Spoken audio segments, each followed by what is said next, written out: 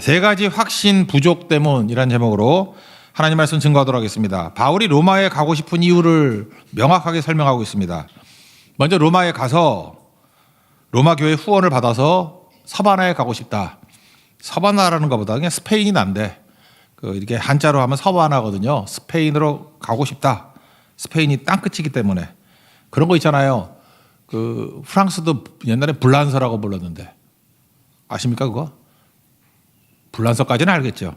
오스트리아 아세요? 오리지 말고 오리지 뭐 그런 거 있었거든요. 호주는 뭐 호주라 그러잖아. 그죠? 호주머니 뭐 이런 거 있잖아요. 그죠? 호주. 오스트레일리아인데 그런 식으로 한자로 말하는 건데 옛날 사람들은 서바나라고 많이 부른 것 같아요. 근데 이제는 스페인이 더 익숙하니까 스페인으로 번역하는 게 좋다고 생각을 합니다. 그들 개념에 있어서는 땅끝이 스페인이었어요. 예수님이 마지막 말씀하셨잖아요. 사도행전 1장 8절. 성령이 임하시면 권능 받고 마지막 땅끝까지 이르러 내 증인 되라. 그 땅끝이 그들 세계관에 있어서는 서쪽 끝이 땅끝이잖아요. 동쪽에는 뭐 가보지 못했으니까 뭐 계속 있는 것 같이 보이고. 그러니까 스페인이 끝이다라고 생각해서 사도 바울도 땅끝 비전을 가지고 거기 가기 원한다. 그런 내용입니다. 그래서 23절과 23절 뒤에 보세요. 또 여러 해 전부터 언제든지 서바나로 갈 때 너에게 가기를 바라고 있었으니 그 다음에 24절 중간 먼저 너희와 사귐으로 얼마간 기쁨을 가진 후에 너희가 그리로 보내주기를 바람이라. 그러니까 로마에 가고 싶은 이유는 뭐냐? 로마는 이미 교회가 있잖아요. 그래서 로마 전도라기보다도 로마에 가서 사귐 이후에 로마가 나를 좀 파송해 줬으면 좋겠다. 그러니까 사도 바울은 혼자 절대 뛰지 않았습니다. 처음에 1차, 2차, 3차 전도여행을 할 때는 안디옥 교회에서 파송을 했죠. 그 다음에 안디옥 교회의 영역을 넘어서니까 이제 사바나에 갈 때는 로마 교회가 나를 좀 파송했으면 좋겠다. 그런 태도였다는 것입니다. 그래서 복음을 홀로 증거하는 거 아닙니다. 반드시 교회와 연계돼서 가야 안전한 것이고 그게 명확한 것이다. 그걸 우리가 말해주고 있습니다. 우리 선교 많이 하는 교회니까 우리 이 선교에 가면 이론적으로 접근을 좀 했으면 좋겠어요. 첫 번째 복음 자체고 두 번째는 선교사 문제고 세 번째는 교회. 이 세 가지 관계가 잘 이루어져야 원만한 선교, 하나님이 기뻐하시는 선교가 될 수 있다고 생각을 합니다. 먼저 차례대로 살피겠습니다. 세 가지인데 첫째 복음입니다. 복음 자체의 힘에 대한 확신이 있어야 된다라는 것입니다. 로마서 전체 주제가 로마서 1장 16절이죠.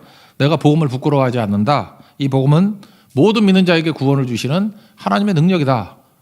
그게 로마서 1장 16절 아니에요. 복음이 누굽니까? 예수님.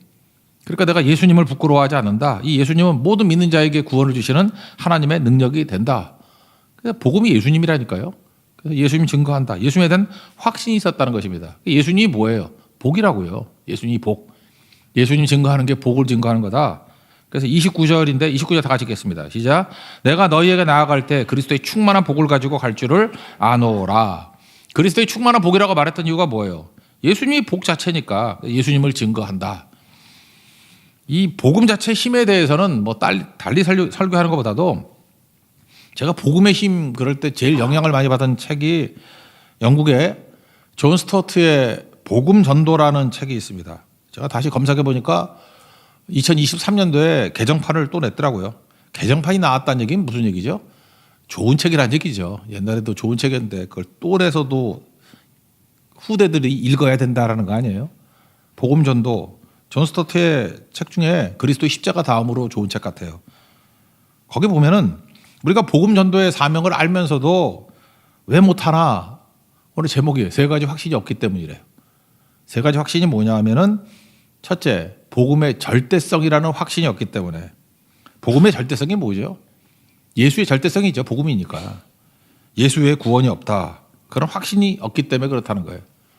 그래서 복음화가 안 되는 이유는 뭐냐? 뭐 크리스찬들이 본이 되지 못해서 그런 거 아니라는 거예요. 뭐 전도를 열심히 하지 않아서 뭐 그런 것 다 부수적인 거고. 복음의 절대성에 대한 확신이 없기 때문에 그렇다는 것입니다. 예수 외에 구원의 길이 없고 예수 없으면 아무것도 하냐 뭐 그런 거죠.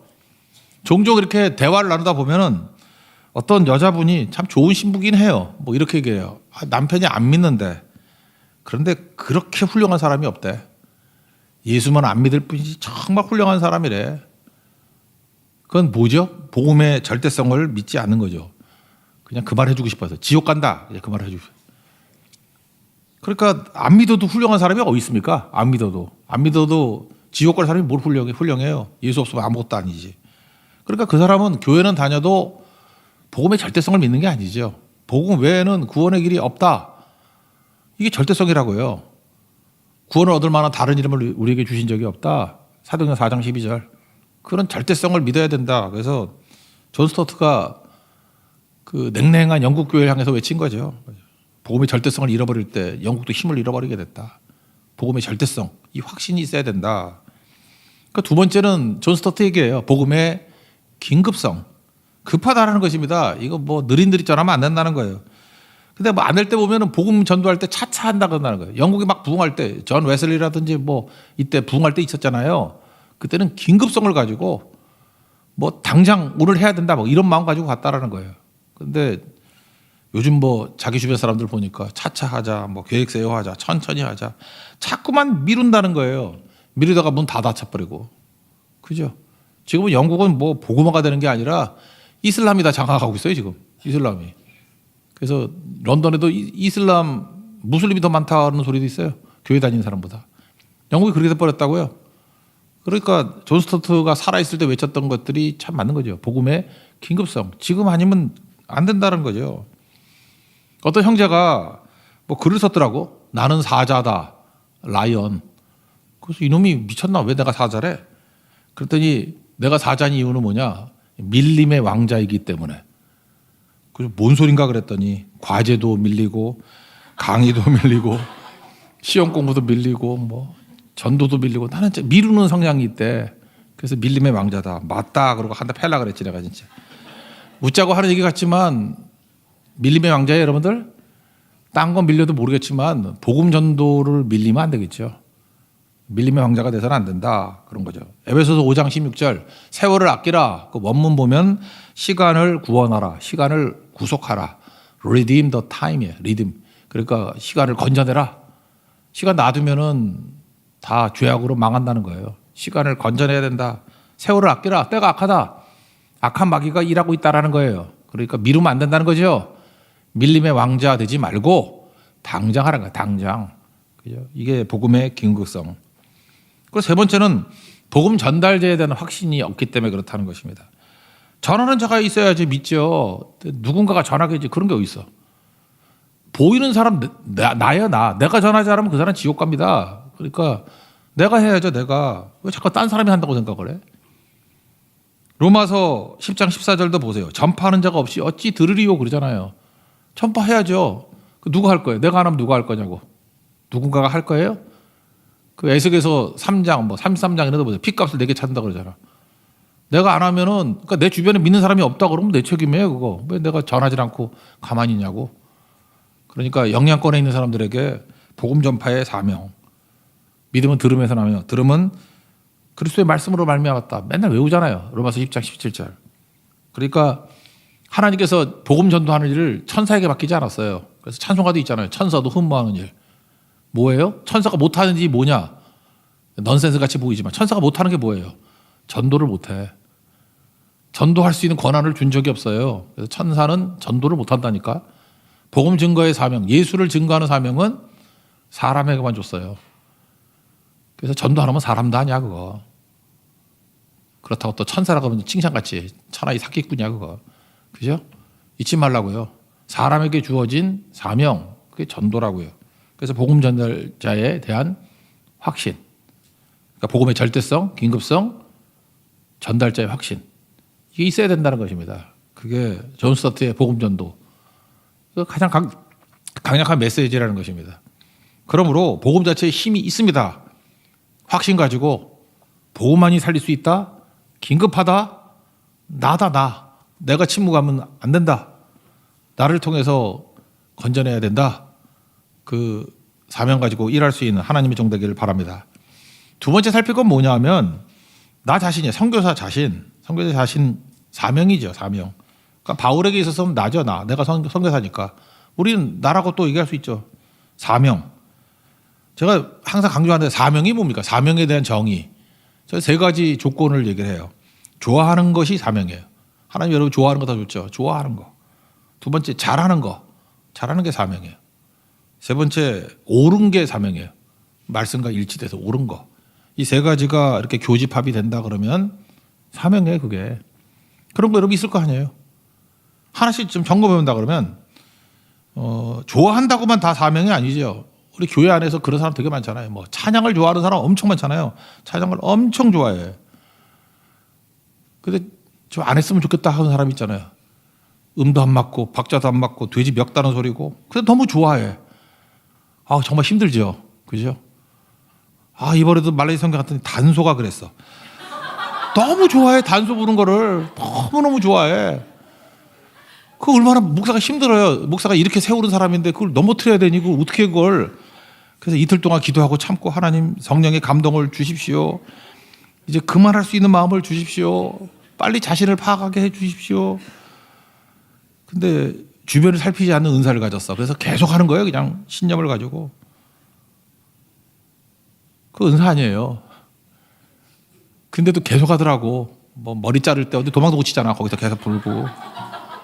그 사람은 이제 잡혀 있으니까 뭐 이렇게 칼 들고 있으니까 움직이지도 못하고 계속 들으면서 얼굴은 찡그리고 있고. 다 모르겠어. 하여튼 간에 그래요. 좋아한다고 다 은사 아니에요. 좋아한다고 다 사명 아니라고. 그 다음에 잘한다고 또 다 되는 것도 아니에요. 잘하는 거. 제가 개인 얘기인데 저는 이제 과목 중에 수학을 잘했어요. 수학은 뭐 맨날 만점 받고 그래서 진짜예요. 나 수학은 전국대회 나가서도 10등 했어. 그러니까 수학은 되게 잘해요. 학과도 제가 경영학과 갔는데 회계학이 했어. 회계학이 성적이 진짜 좋았어. 회계학은 뭐 숫자 다루는 거니까 나는 회계학이 너무 쉽더라고. 너무 지당한 거야. 내 머릿속엔 지당한 거야. 지당. 그래서 뭐 별로 공부할 것도 없고 그냥 지당한 걸 갖고 왜 얘기하니. 양쪽 밸런스 맞추는 건데 이게 뭐 힘들어. 그냥 감각이죠. 지당한 거야. 내 몸속에 회계학이 있는가 봐. 지당한 거야. 근데 하기가 싫었어요. 나는 회계사로 먹고 산다고 생각하니까 인생이 괴로운 거야. 잘하는데 좋아하지 않아요. 전혀 좋아하지 않아. 나 숫자로 살고 싶지 않았어. 그래서 안 한 거예요. 근데 사명도 아니고 은사도 아니에요. 그러니까 좋아하는 것과 잘하는 것이 맞아야 되죠. 또 좋아하고 잘하는 게 있어요. 도둑질. 도둑질을 너무 좋아해. 그냥 너무너무 희열이 있고 도둑질 할 때마다 막 엔도핀이 돌고 삶의 희열을 느끼고 거의 뽕 맞은 기쁨으로 너무 잘해. 순식간에 탁탁 하면 되고 밑장 빼기 뭐 이런 것도 잘하고 뭐. 근데 옳지 않잖아요. 그러니까 하면 안 되지. 그러니까 좋아함, 잘함, 옳음. 이게 교집합 되면 대개 그건 열매가 있습니다. 그런 거 하면 100배의 결실을 맺는다고. 그러니까 젊은이들에게 뭘 하게 만들어야 되냐면 자꾸만 이걸 시도하게 만들어서 자기가 뭘 좋아하는지를 알아야 돼요. 적어도 10대 때 알아야 되는 게 내가 뭘 좋아하는지. 그래서 뭐 물어볼 때 머뭇거리면 그건 인생 잘못 산 거야. 너 좋아하는 음식이 뭐야? 뭐 이런 거. 그죠? 좋아하는 나라가 뭐야? 뭐 좋아하는 취미가 뭐야? 좋아하는 성경이 뭐야? 좋아하는 찬송이 뭐야? 그거 물으면 웬만한 중요한 것도 답이 탁탁탁 나와야지. 뭐 남자가 또 좋아하는 여자 스타일이 어떤 거야? 뭐 이런 것도 10대 때 알아야 되는 거 아닌가? 아 너무 일찍인가? 그래도 머릿속으로는 알아야지. 뭐 이렇게 푸짐한 여자가 좋냐, 날씬한 게 좋냐, 뭐 이 정도는 알아야지. 그것도 몰라가지고 뭐 엄마한테 물어보고요. 그러면 힘들지 그건. 자기가 알아야죠. 좋아하는 것. 그 다음에 이것저것 잠깐 해봐야 된다고. 그러면 잘하는 게 나와. 생산성이 엄청 높아. 엄청 잘해요. 그런데 말씀 교육 받아야죠. 성경이 말하는 옳은 게 뭐냐. 그죠? 틀린 게 뭐냐. 이거 되게 10대 끝나면 되게 아는 거 아닌가? 그래서 한 20살쯤 되면은 자기 사명하고 은사가 대충 보이는데 이걸 안 이게 지금 30 넘어서까지도 보이지 않았다 그러면 교육 잘못 받은 거고 잘못 산 거죠. 헛산 거예요. 헛산 거. 나이가 더 들었는데도 아직도 모르겠다. 그래서 목사님 저는 뭘 좋아하는지 몰라요. 그거 나한테 왜 물어봐? 내가 어떻게 알아? 자기가 좋아하는 거를. 자기가 찾아야지. 난 뭘 잘하는지 모르겠어요. 잘하는 걸 아직도 모르면 어떻게 했지? 나이가 몇 살인데. 나는 옳은 게 뭡니까? 그런 질문이야 뭐 목사한테 할 수 있겠죠. 그죠? 말씀에서 뭐가 옳은 겁니까? 어떤 길을 가야 되겠습니까? 그런 걸 주로 하는 거지. 아니 좋아하는 것과 잘하는 거는 사실 이게 목회 영역을 벗어난 거예요. 자기가 아는 거지. 그죠? 그래서 사명을 붙들고 나가면 무조건 100배의 결실을 거둔다는 것입니다. 모든 사람에게 주신 사명, 그걸 일반 사명 또 일반 소명 그러죠. 은사와 똑같이 일반 은총, 특별 은총 말고 모든 사람, 그게 복음의 제사장이에요. 우리는 다 복음의 제사장으로 부름 입었잖아요. 하나님의 소유다, 제사장 나라다, 거룩한 백성이다. 그러니까 제사장 된다는 게 복음의 제사장이 뭡니까? 누구나 다 다리 놓기를 해야 된다고요. 우리 주변에 이렇게 전도의 사명은 다 있는 거예요. 누구나에게나. 직업은 뭐죠? 직업을 잠깐 사명이라고 생각하는데 소명이라고 생각하는데 직업은 소명 자체는 아니에요. 절대로. 중간 목표일 뿐이지. 하나님께서 우리에게 직업을 주셨어요. 그걸 가지고 진짜 목표는 뭐예요? 복음의 제사장 되는 거라고. 저는 목사로서 복음의 제사장 되는 거고, 어떤 사람은 선생님으로서 복음의 제사장 되는 거고, 어떤 사람은 사업을 하면서 복음의 제사장 되는 거고. 그건 중간 목표지 최종 목표는 복음의 제사장 되는 거다. 사도 바울의 예를 든다 그러면 사도 바울이 이제 자신 얘기니까 구체적으로 사명을 이렇게 감당했던 것 같아요. 이방인의 사도로 부르심을 입었다. 이렇게 자기 자신을 이제 정의를 내린 거예요. 첫째, 과잉 복음 전파하지 않겠다. 그래서 앞부분에 나왔죠. 남의 터 위에 교회 세우지 않겠다. 남이 하는데 또 가서 할 거 없잖아. 그렇지만 또 중요한 게 뭐죠? 여기 23절 앞부분으로 보세요. 이제는 이 지방에 일할 곳이 없고 그랬죠. 그러니까 사도 바울이 이해하는 복음화는 이런 것 같아요. 어디 가가지고 예수 안 믿는 데 가가지고 일단 교회를 세워요. 그리고 지도자를 세워놔요. 그리고 사역 끝이야. 사도는 거기까지가 자기 사명이라고 생각했다고. 그래서 전반부 사역 1차, 2차, 3차 전도행이 주로 뭐였어요? 복음이 없는 곳에 가가지고 교회를 세우고, 뭐 교회를 다 세운 건 아니지만 빌립보에도 빌립보 교회 세웠고, 그죠? 베레아에는 교회 세웠단 말이었고, 데살로니카 교회 세웠잖아. 데살로니카. 아테네는 못 세웠고, 고린도에 또 교회 세우고, 이렇게 돌아다니면 교회 세웠잖아요. 교회 세우고 일꾼 세우고 거기까지가 자기 사명이라고 생각했어요. 그래서 과잉 복음 뭐 안 되는데 될 때까지 뭐 이런 거 아니에요. 여러분도 너무 복음 증거할 때 안 되는 사람 붙들고 막 무르고 늘어지지만 가끔마다 사역자들 보면 답답해 죽겠어. 자기 사역의 90%를 그냥 한두 사람 붙들고 늘어지고 있어. 한 생명이 귀하다 그러지만 놔두라고, 기도하고 놔두고 좀 얻어 터지고 깨지고 그래야 돌아오지. 그러니까 두루두루 많이 만나서 많이 전도해야 되는 거 아니에요? 사도 바울은 그렇게 했다고요. 이렇게 하다가 교회 세우고 사역자 세우고 거기까지예요. 그리고 나머지는 하나님 성령께 맡기는 거였어요. 그 두 번째 원리는 하나님의 계획대로 했어요. 23절 뒷부분에 또 여러 해 전부터 언제든지 서반으로 갈 때 너에게 하기를 바라고 있었으니, 이 무슨 뜻이에요? 그 32절에 나오죠. 나로 하나님의 뜻을 따라 기쁨으로 너에게 나아가. 사도행전 1장 8절이 머릿속에 있었던 거예요. 예루살렘과 온유대와 사마리아 땅끝. 그러니까 사도 바울은 하나님의 계획대로 자기가 움직이기를 원한 거라 했다고요. 자기가 볼 때 다 증거를 했잖아요. 예루살렘 됐잖아요. 온유대 됐잖아요. 사마리아 됐잖아요. 이제 땅 끝이니까 계속 넓게 가다 보니까 어디로 생각한 거예요? 스페인이 끝이다. 그래서 스페인 가기를 원한다. 그러니까 그는 선교도 섬김도 기도도 하나님의 뜻을 따라서 나로부터 나오는 게 아니라 위로부터 오는 인생이었어요. 위로부터. 이게 바울의 자기 사역의 원칙이에요. 그리고 세 번째 내용은 뭡니까? 독자적으로 홀로 뛰는 게 아니라 항상 교회와 연계된 모습으로 일을 했다고요. 그래서 자기가 1차, 2차, 3차 전도할 때는 안디옥 교회 파송을 받았죠. 파송을 받는 거야. 교회 컨트롤을 받은 거예요. 그리고 서바나에도 그냥 안 가고 로마 교회가 기존에 있으니까 니네가 나를 파송해 주기를 원한다. 이런 내용이었다는 것입니다. 제가 이게 사역을 하는 것 쭉 보니까 교회를 빼고 이렇게 가끔마다 교회도 그렇고 선교사님도 그렇고 개인적인 컨택을 해가지고 뭐 후원도 받고 뭐 이러는 게 있어요. 대부분 잘못돼요. 거의 잘못되고 거의 잘못된 사람일 가능성이 커. 우리 말레이시아 선교사님도 처음에 그랬잖아요. 우리가 뭐 사역마 같이 있잖아요. 그러다가 물품 좀 대주고 뭐 건물 짓는 거 좀 도와주고 그러다가 이제 점점 깊어져가지고 더 나아가지 않습니까? 단계가 필요하다고요. 그건 오히려 중간에서 교회 말고 개인적으로 뭐 후원하거나 뭐 이런 식으로 하면은 선교를 망치는 거예요. 돈이 앞서면 반드시 망하게 돼 있습니다. 그거는 선교를 가로막는 거예요. 돕는 게 아니고. 사도 바울 보세요. 정확히 교회 파송을 근거로 해서 갑니다. 이게 자기 개인적인 틀이었다는 것입니다. 그러니까 여러분들이 무슨 사역을 하든지 항상 이 원칙들, 이 바울의 원칙을 그대로 따라도 되지만 자기에게 약간 좀 융통성이 있는 것 같아요. 바울은 선교사기 때문에 과잉 복음 증거하지 않겠다. 그리고 두 번째, 내 뜻이 아니라 하나님의 계획대로 나는 움직이겠다. 그러니까 하나님 말씀을 살핀 거죠. 하나님 말씀의 순서대로. 그 세 번째, 독자적으로 뛰지 않는다. 교회의 컨트롤 아래서 일을 하겠다. 그래서 성령도 그렇잖아요. 성령도 자의적으로 일하지 아니하시고 듣는 것을 말씀하신다고 그랬잖아요. 예수 그리스도의 말씀 안에서만 성령이 역사한다잖아요. 그 뭐예요? 이게 절제하는 거죠.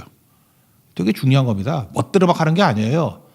그 이미 뿌려진 그 뿌리, 말씀의 뿌리 안에서 제한적으로 일을 하겠습니다. 그래서 충분히 일하고도 남거든요. 이게 바울의 원칙이었다. 여러분들 무질서가 아니라 질서 가운데 잘 섬길 수 있는 하나님의 정되기를 바랍니다. 마지막 세 번째, 그러므로 교회와 성도사의 관계가 뭐가 돼야 되느냐. 마지막 세 번째 나눌 건데, 첫째는 말씀의 사귐이 있어야 된다는 것입니다. 그러니까 교회와 선교사가 하나가 되기 위해서 필요한 게 뭐냐면 같은 말씀과 같은 말씀에 대한 해석으로 하나됨이 있어야 된다는 거예요. 저는 그래서 로마서를 썼다고 생각해요. 사도 바울이 가기 전에 누가 증거했는지 모르겠어요. 근데 아마 뭐 오순절에 믿고 갔는지 모르지만 로마에 교회가 있잖아요. 로마 교회가 기존에 로마의 말씀을 듣고 교회가 세워지게 되었습니다. 근데 교회라고 로마 교회와 사도 바울이 그냥 협력이 되는 게 아니라고요. 그래서 사도 바울이 내가 믿고 있는 하나님에 대한 고백을 지금 하는 거예요. 그게 로마서예요. 이게 내 믿음이고 내가 하나님께 받은 복음이다. 그래서 이 복음을 증거했을 때 로마서가 이 복음 내용 아니에요? 로마 교회가 이 말씀을 받아들이고 뭐 같겠지. 같은 성령이면 바울이 믿는 하나님과 로마 교회가 믿는 하나님이 일치된다. 바울이 믿는 예수님과 로마 교회가 믿는 예수님이 일치된다. 일치의 일치. 그래서 로마서를 쓴 거라고. 그래서 이 말씀이 너희들이 아멘으로 받아들일 수 있니? 이게 내가 받은 복음이야. 이게 복음이잖아. 그래서 일치되고 거기서 끝나는 게 아니라 이제 내가 로마 교회에 가가지고 파송받기 이전에 사귐을 갖겠다. 그래서 교회마다 선교사님 파송하기 전에 이렇게 한 1년이나 2년 같이 동역을 합니다. 동역을 하는 이유가 뭐냐 하면 같은 메시지 아래 같은 목표를 가지고 같은 뜨거움 가지고 나가기 위해서. 그게 되게 중요한 거죠. 그래서 내가 너희에게 먼저 뭘 한다고요? 파송받기 이전에 말씀의 사귐을 갖기를 원한다. 그걸 말하고 있습니다. 24절입니다. 다 같이 읽겠습니다. 시작. 이는 지나가는 길에 너희를 보고 먼저 너희와 사귐으로 얼마간 기쁨을 가진 후에 너희가 그리로 보내주기를 바람이라. 이 사귐이 뭐예요? 말씀에 대한 사귐. 이번 말레이시아 선교 갔을 때 그 설교 중에 사무엘상 14장에 나오는 요나단과 무기 든 소년 두 사람 이야기를 살폈습니다. 그 두 사람이 어떻게 이렇게 소수인데 몇 명 되지도 않는데 어쩜 이렇게 강력하게 힘을 발휘할 수 있었나. 그걸 제가 물론 책 근거는 말콤 글래드웰의 티핑 포인트라는 책에서 뽑았어요. 거기 보니까 첫째는 소수의 힘. 적더라도 확고한 능력을 갖고 있는 사람이 둘이 가면 된다. 근데 말콤 글래드웰이 표현했던 거는 그 말 그대로 하면 고착성의 힘이에요. 고착성의 힘. 그 고착성의 힘이란 게 뭐냐 하면은 그러니까 쉽게 얘기하면 이런 거라고요. 같은 메시지를 들은 사람이 힘이에요. 그러니까 요나단과 무기 든 소년이 같은 메시지를 들고 있는 거라고. 그리고 같은 말씀에 붙들려 있어요. 그러니까 같은 메시지를 가지고 있으니까 어떤 일이 벌어집니까? 어떤 상황이 벌어지든 간에 해석이 같죠. 그러니까 요나단의 해석이나 무기 든 소년의 해석이 같아요. 이거 사무엘상 1장에도 나오는 거죠. 엘가나가 하나님의 능력을 받고 기도했더니 한나가 기도했더니 남편 엘가나가 내 소견에 옳은 대로 해라. 한나하고 이렇게 같은 의견을 갖게 된다고. 이게 바로 뭐예요? 이게 고착성의 힘 또는 해석의 능력이에요. 제가 말레이시아 가서 들었던 얘기, 뭐 거기서 설교했지만 어떤 교회가 이렇게 연합팀이 돼서 왔대요. 두 개 교회가 합쳐서. 근데 선교사님이 좀 힘들었다 하는 말씀을 하더라고요. 이유가 뭐냐? 똑같이 예수 믿잖아요. 똑같이 예수 그리스도를 나의 구주라고 고백하잖아요. 근데 A라는 교회는 A라는 목사님의 설교를 들었을 거고 B라는 교회는 B라는 목사님의 설교를 들었을 건데 복음은 같지만 신앙의 컬러가 좀 다를 수 있죠. 뭐 한쪽이 오순절 계통이고 한쪽이 뭐 감리교 계통이면 좀 다르잖아요. 그죠? 신앙의 컬러가 다르니까 똑같은 문제가 벌어졌는데 해석의 능력이 다른 거예요. 해석이 달라지는 거예요. 그러니까 삐그덕 하는 거죠. 근데 만약에 그렇다 하더라도 그 중간 과정에 뭐 일주일이 됐던 2주가 됐던 같은 말씀을 가지고 같이 말씀 듣고 기도하고 헌신하는 모습을 좀 가졌다 그러면 하나가 되겠죠. 왜 하나가 돼요? 어떤 돌발 상황이 온다 할지라도 같은 메시지 안에 놓여있기 때문에 해석이 같게 된다고요. 이걸 사도 바울은 명확히 안 거죠. 그래서 로마 교회가 나를 파송해 주길 원한다. 뭐 얼굴도 모르고 그냥 파송해 달라가 아니라 내가 로마 교회에 가서 말씀에 사귐을 갖기를 원한다. 그리고 그걸 좀 시간을 줄이기 위해서 그런지 모르지만 그래서 로마서를 쓴 거라니까요. 이 내용 가지고 우리가 일치돼야 되겠지. 그죠? 같은 메시지. 로마서를 읽고 이럴 거 아니에요? 그래서 무엇을 믿는지, 무슨 신앙 고백이 있는지의 일치, 그리고 가서 말씀의 사귐의 일치. 그게 꼭 필요하다는 것입니다. 이걸 좀 확대해서 가면 교회에서요, 예배도 안 나오고 말씀도 안 듣고 하는 사람이 중요 보직에 들어가면 안 됩니다. 그래서 안 되는 이유가 뭐죠? 엉뚱한 소리 해.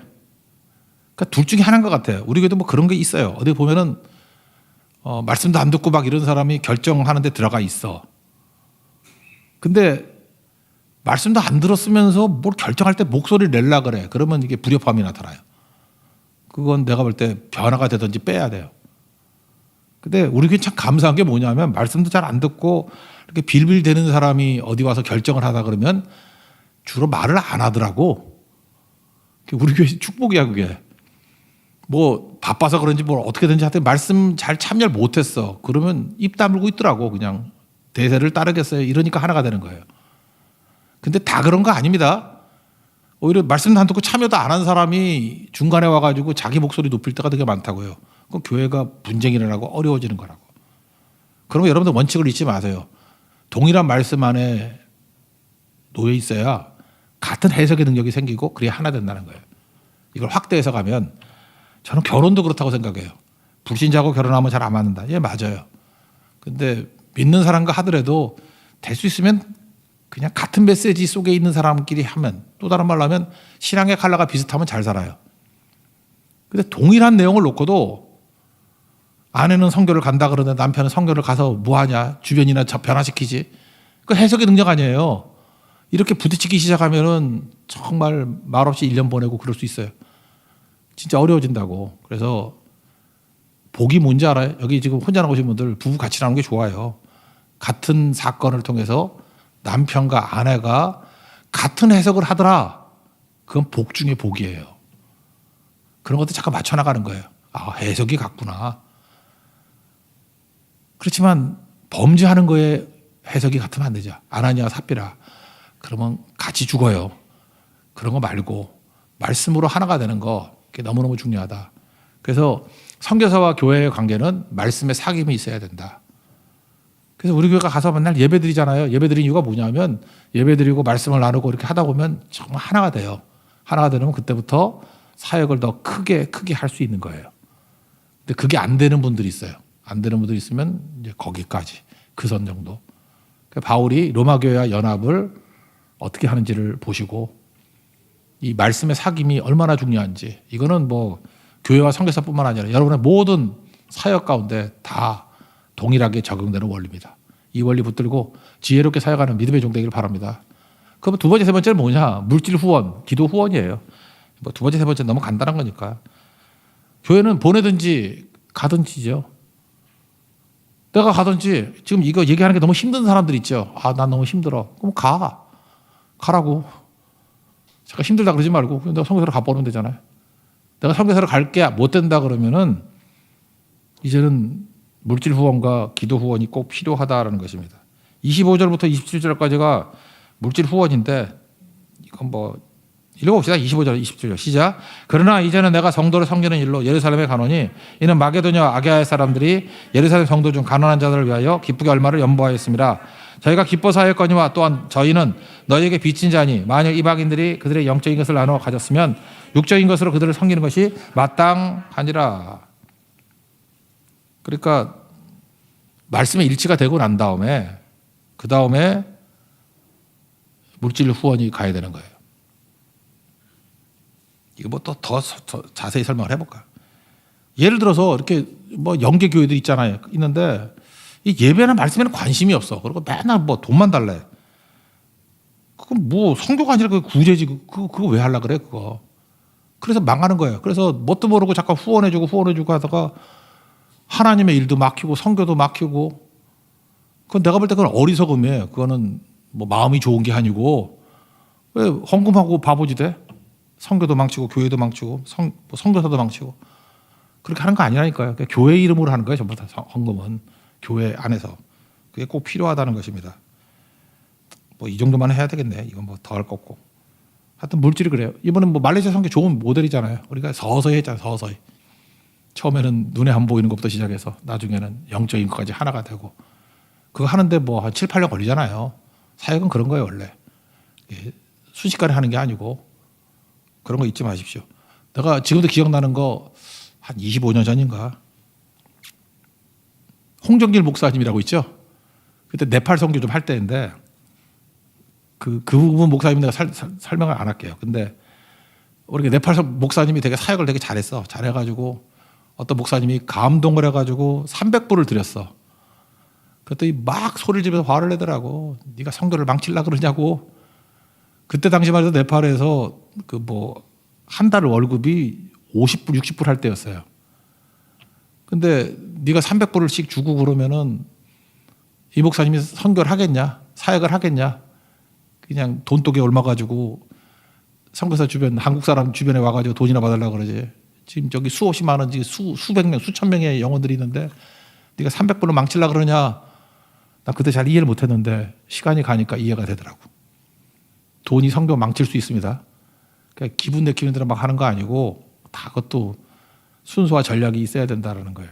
그게 후원입니다. 사도 바울은 지금 두 번째 말씀에 사귄 다음에 물질 후원을 얘기하고 물질도 중요하죠. 마태복음 6장 21절 보물이 있는 곳에 마음도 있다. 그죠? 이게 순서가 맞아야 복이 된다. 세 번째 기도 후원이죠. 30절부터 32절까지 읽겠습니다. 시작. 형제들아 내가 우리 주 예수 그리스도와 성령의 사랑으로 말미암아 너희를 권하노니 너희 기도에 나와 힘을 같이 하며 나를 위하여 하나님께 빌어 나로 유대에서 순종하지 않는 자들로부터 건짐을 받게 하고 또 예루살렘에 대하여 내가 섬기는 일을 성도들이 받을 만하게 하고 나로 하나님의 뜻을 따라 기쁨으로 너에게 나아가 너희와 함께 편히 쉬게 하라. 기도 후원이 잘 되는 교회일수록 선교 사역이 너무 잘 되더라고요. 왜? 여기 보세요. 건짐을 받게 한다. 이거 무슨 뜻이에요? 공격자가 많다라는 거 아니에요. 사도 바울 죽이겠다는 사람 얼마나 많습니까? 여러분 복음만 증거해봐요. 공격이 많아요. 이렇게 생각하면 돼. 어느 지역에 가가지고 딱 보면 누가 욕을 제일 많이 먹어요. 이렇게 직접 물으면 안 되지만 딱 보면 욕 제일 많이 먹는 사람이 있어. 그 사람이 제일 크게 일하는 사람이야. 그거 아세요? 그 사람이 제일 크게 일하는 사람이야. 그러다가 어떤 교회를 가보면 거기서 진짜 일을 많이 하는 사람은 누구냐 하면 총무야, 총무. 회장은 누가 되냐 하면은 좀 덜 떨어진 애가 회장이 돼. 인품만 좋고 뭐 이렇게 어리버리한 애들 있잖아요. 교회도 시기 질투가 많아가지고 그 얼굴 마당 같은 거야. 회장은 그런 사람이 회장이 되고 진짜 똘똘하게 사명 가지고 비전 가지고 말씀을 깨우쳐서 하는 사람이 총무야. 그래서 나는 어디 가가지고 맨날 그 총무만 봐요. 총무하고 일을 하니까 일이 다 잘돼. 회장하고 하면 10년도 넘어도 아무 일도 안 돼. 아무 일도. 난 그래서 여러분들이 전부 다 회장보다는 총무가 됐으면 좋겠어요. 일 진짜 할 수 있는 사람. 일 진짜 할 수 있는 사람. 기도 후원이 그런 데 가야 된다고요. 일하는 사람한테 기도가 가야 돼요. 사도 바울이 앞장서지 않잖아요. 거의 보면. 그 사도 바울이 진짜 복음의 총무야. 복음의 총무가 돼가지고 일하잖아요. 뭐 영광과 찬송 네가 받아. 그리고 자기 일하잖아요. 아볼로 네가 영광 다 받아. 나는 일할 거야. 그게 되게 중요한 거죠. 그래서 기도할 때 되는 거고. 사도 바울은 죽이려는 사람이 암살단 40명이 있었다 그러잖아요. 사도행전 23장 12절. 바울을 죽이기 전에는 먹지도 아니하고 마시지도 아니하겠다. 와, 이런 사람 한 명만 있어도 무서울 건데 40명. 그러니까 여기 보세요. 건진받게 해달라고 기도해달라고 그러고. 또 하나 사도 바울이 또 구제도 많이 했잖아요. 헌금 전달도 많이 했잖아요. 받을만하게 그런 게 나오죠. 받을만하게. 그 31절 보세요. 내가 섬기는 일을 성도들이 받을만하게. 그러니까 이게 이 헌금은 원래 그 빌립보 교회에서 모은 거거든. 그걸 이제 예루살렘에 갖다 줄 건데 여러분 구제 사역 한번 해보시면 알겠지만 주는 게 쉬운 게 아니에요. 잘못 주면은 교만해지고 잘못 주면은 받는 사람이 막 상처 있고 그래요. 근데 지금 받는 교회가 예루살렘 교회잖아요. 유대인 교회 아니에요. 자존심이 얼마나 강해. 그래서 우리가 모교회인데 저런 이방 교회 헌금을 왜 받아? 그럴 수 있죠. 자존심 꺾이게 해달라. 이방 거 안 받겠다. 그게 무슨 얘기예요? 잘 주고 잘 받게 해달라고. 저는 요즘에 지혜롭게 깨달은 게 뭐냐 하면은 헌금을 할 때 기도를 많이 해야 돼요. 진짜 많이 해야 돼요. 누구를 가다 이렇게 뭐 섬기고 뭐 사드리고 할 때 진짜 기도 많이 해야 돼요. 조그만 태도가 잘못돼도 교만하다 그러고 상처 입고 막 그래요. 오히려 관계가 멀어지고 그런다고. 그래서 진짜 돈으로 섬길 때, 뭐 이렇게 베풀 때 정말 겸손해야 되고 이름도 없이 빚도 없이 해야 되고 상대방의 마음을 잘 헤아려야 되고 사도 바울이 그거 위해서 기도하잖아요. 이것도 우리 이런 기도 해야겠죠. 그죠? 받을 만하게. 그냥 우리가 하는 것들이 잘 전달이 될 수 있게 관계 그걸 위해서 기도해 달라 그런 얘기를 합니다. 그리고 바울이 좀 불쌍해요. 힘들었는가 봐. 32절 너희와 함께 편히 쉬게 하라. 좀 쉬고 싶어 하던가 봐요. 너무 힘들어서. 그래서 로마에 가가지고 내가 좀 쉬게 해줬으면 좋겠다. 근데 하나님은 이 기도를 안 들으신 것 같아요. 로마에 가가지고 이태 동안 뭐 사도행전 보니까 복음 증거하다가 결국은 감옥에만 있다가 로마에서 목 잘려 죽죠. 순교하죠. 그래서 뭐 목이 떨어져서 3번 튀겼다면 탕 튀긴데 그 뭐 교회도 있잖아 지금. 로마 가면 있어요. 그런 바울 순교교회. 이런 걸 뭐라 그러죠? 천국에서 편히 쉬게 있네. 그러겠죠. 사도 바울의 이 모습에서 우리가 좀 숙연해지죠. 자기가 쉬지 못할 정도로 충성을 다했지만 그것도 또 하나님에 대해서 맡긴 거 아니에요? 여러분들도 뭐 편히 쉬게 하라 이렇게 기도는 하겠지만 하나님이 계속 뺑뺑이 돌리면 뛰십시오. 그러면서 바울도 뛰었는데 뭐 나도 뛰어야지. 그게 되게 중요한 것 같아. 제가 보니까 쉬는 놈은 계속 쉬고 일하는 사람은 계속 일하더라고. 뭐가 좋아요? 그냥 계속 뛰는 게 좋아요. 계속 뛰십시오. 되게 중요한 것 같아요. 오늘 그 율동 2명이 하는데 참 예쁘고 좋죠? 새벽에도 나오게 해달라고 좀 기도해 주세요. 새벽에도. 우리가 율동이 안 나오면 얼마나 뻘쭘한지 아십니까? 율동곡인데 목사도 뻘쭘하고 성도도 나보면서 서로 불쌍하게 쳐다보는 거야. 그 비참함이 찬송 부르는 동안에 우리를 엉두르고 있습니다. 여기서 이렇게 쌩글쌩글 웃고 수요일에만 둘 나오지 말고 하나씩 나와도 되니까 새벽에 나와서 열심히 잘 섬기는 주의 종들 되기를 바랍니다. 자리에서 일어나겠습니다. 하나님의 부르심 찬양하겠습니다.